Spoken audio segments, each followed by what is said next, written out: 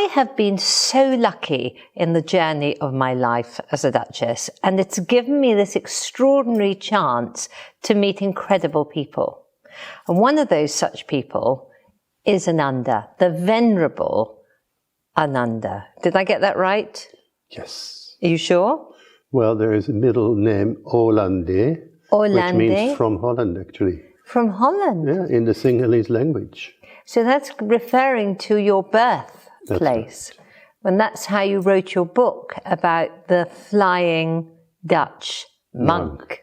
So when I met the Venerable Ananda in Sri Lanka, some years before lockdown, I was blown away by the tranquility and peace that came from within as he spoke to us in the Ayurvedic centre that I was opening. And I'm really excited to say that I'd like to share him with all of you.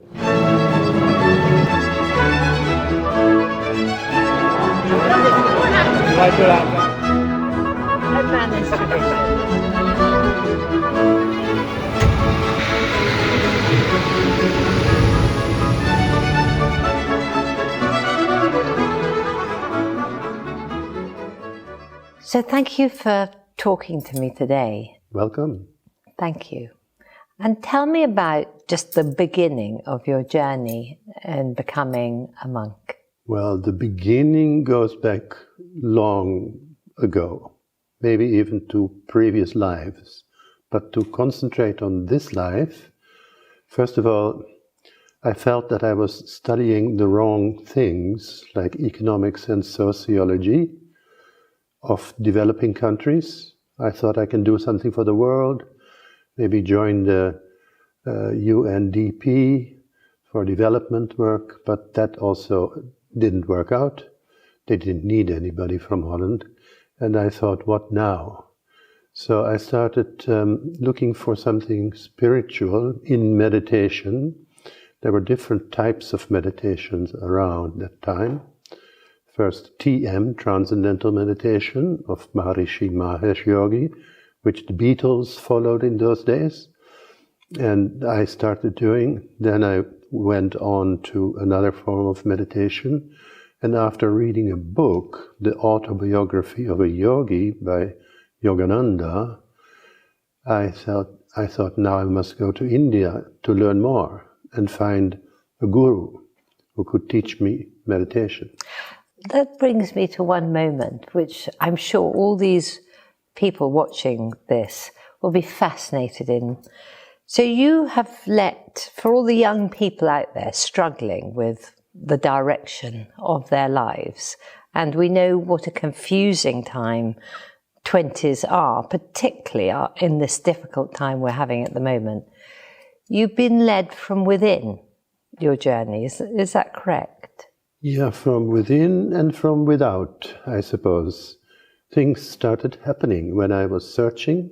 Then people came into my life. For instance, the first ever Indian whom I met from India, who was visiting Europe. He was a producer of books. They had a printing press. They had 2 bookshops. And he came from a place just near the ashram of Yogananda, who had written that book. When he saw this book, he said, "Are you coming to India?" So I almost went to India, and here comes India to me, like that. And so I did go to India and went straight to that family, educated Brahmins, well-to-do people, and they said I could stay there. And I stayed there 2 or 3 months at the beginning, which was the best introduction to Indian culture. Amazing. So listening to this, people who are joining us on this BELVOIR Today video, what advice would you give to young people really looking for how to find direction in their lives? Or should I just, not just young people? Anybody. Anybody. Yes. Well, I think sometimes it comes from dissatisfaction with what one is doing and searching for something else. Now that depends on the person, what is suitable to them. Something to do with their background, what they believe. It shouldn't go against the grain, but it should be an extension, maybe like an addition to what they already were doing, but with a different dimension, like spiritual dimension. So, if they can find a good teacher. Nowadays, there are many teachers online also. Well, you have your own online each week, don't you? Meditation. Yes, on Sundays I used to do, but while I'm traveling this time for the last 2-3 months, I had temporarily stopped that. But I have other programs on YouTube. If one would look for Olande Ananda in YouTube, there comes a whole list of programs, including meditation, Wonderful. Guided meditation, and talks on Buddhism, different subjects. So if that is appealing, one could do that. Or one could search more different Buddhist meditation teachers, many things. Books are there, but nowadays a lot through YouTube. So that would be one way. Or one could look up maybe even a local center, either Hindu meditation or Buddhist meditation that is very close to each other, and see if there's a good teacher who is inspiring them, then follow them. But I would say not to depend too much on the teacher, not to be a slave to the teacher, but rather to critically look at the teacher and the teachings, and if it sounds and it feels right, if it's good for you and for others, then even the Buddha said, don't believe even what I say, but think about it, see if it is against reason or for reason or reasonable, and if it is, and if it's good or for yourself and for others, then you have to accept it.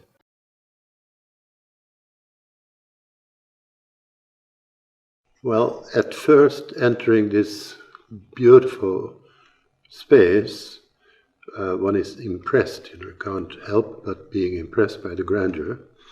But then, as we sat down and started the meditation, where I asked people to close their eyes and to, sort of go inside and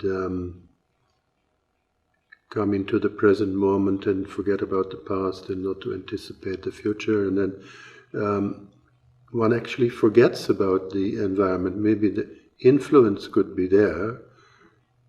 I hope all kinds of good things have happened in this hall. It feels very good.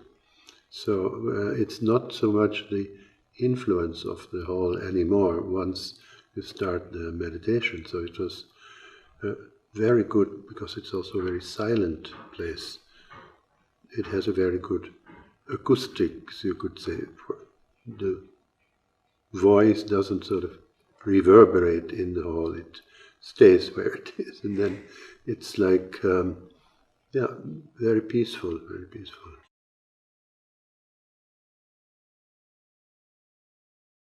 The atmosphere in Belvoir Castle, well, because of the silence around the castle, 17,000 acres of land, and the nearest roads are quite far away, you hardly hear a thing, except for a few birds and maybe insects. So that is very conducive for practicing meditation.